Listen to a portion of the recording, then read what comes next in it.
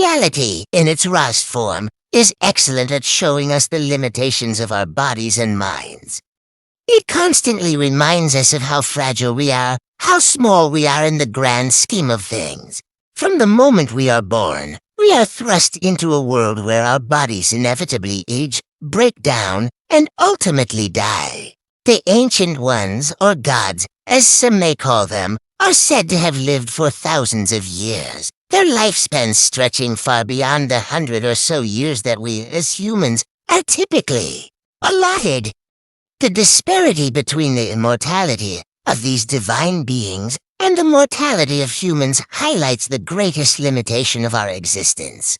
This reality is part of what can be considered the dumb matrix, an existence that, while seemingly designed for suffering, offers us the unique gift of transcendence. The dumb matrix is a paradox.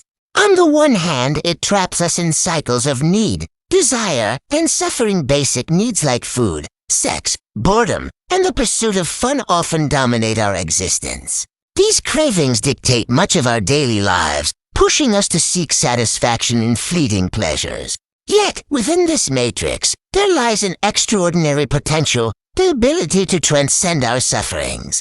Despite the harshness of life, there is something undeniably sweet about the possibility of transcending these limitations, finding meaning, and elevating ourselves beyond the mundane. This is the gift embedded within the very structure of our reality. Even though we are trapped in a system of suffering, we are still capable of growth, enlightenment, and the pursuit of a higher existence. The work-hard dilemma, a reflection of the Matrix. Imagine a reality where you work 24 hours a day, even including rest time, and receive only 2 months of vacation per year. This may sound like an ideal life to some, those who are driven by ambition, those who find fulfillment in constant productivity. But when you think about it more deeply, the reality becomes stark. The equation 10 halves symbolizes a loss for the poor, a disproportionate system that rewards the few and burdens the many. This work structure reflects the inherent imbalance within the dumb matrix, a system that seems to favor those with power and wealth, while leaving the rest of us to scramble for the scraps. In this context, time becomes a precious commodity, and the effort we put into our lives is often spent trying to navigate the harsh realities of survival rather than thriving. Some people, however, have realized that there is more to life than simply grinding away at the endless cycle of work. They value their time, their physical health, their mental well-being, and their emotional stability. They understand that working for 1 to 4 hours per day is enough, and that the true measure of success is not in the number of hours worked, but in the quality of life experienced. These individuals seek to find balance in a world that demands so much from them, recognizing that time is not only money but also the essence of existence.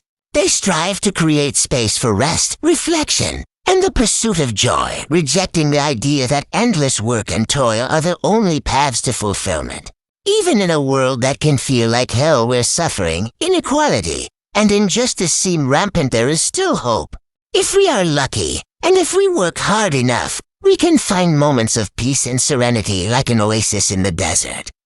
These moments are fleeting, but they are precious. The gift of the dumb matrix is that, even in a world of suffering, there is always the potential to find beauty, meaning, and a small piece of heaven. This heaven is not a distant, abstract concept, but something that can be found right here, in the present moment, if we are willing to search for it. The path back to Eden, a return to paradise, this quest for a better life, for transcendence, and for a deeper connection to the world around us is the gift that the dumb matrix offers. It is a path back to Eden, a return to paradise, not the paradise of religious mythologies or distant dreams, but a real, tangible paradise that can be experienced in this lifetime. This paradise may not be a utopia for all of humanity, but rather a smaller, more intimate space, a sanctuary for a few or 100 beings who have found harmony and balance within themselves and their environment. The reason we find ourselves so divided, so corrupted, and so far from paradise is that we have expanded too quickly. The explosion of the human population, now nearing 8 billion people, has created a vast divide between us. The individual is often incapable of truly understanding and sharing the pain of 8 billion souls. It is impossible to connect with every person on this planet, and as a result, we are left with a fragmented, disconnected world where pain, suffering, and inequality run rampant. Imagine for a moment the idea of dividing one soul's pain by 1 billion people. That is a monumental amount of suffering, and it becomes almost unbearable. In the face of such overwhelming pain, it is no wonder that many seek to escape, to withdraw from the world, or to deny the reality of suffering altogether. The sheer scale of human existence makes it difficult for any one person to carry the burden of the collective. This is why the path to paradise may not lie in trying to save everyone, but in focusing on smaller, more manageable groups of individuals who can work together, who can share the load, and who can create a sanctuary from the chaos of the world. Studies have shown that smaller communities, groups of 100 or fewer people, tend to be the most harmonious.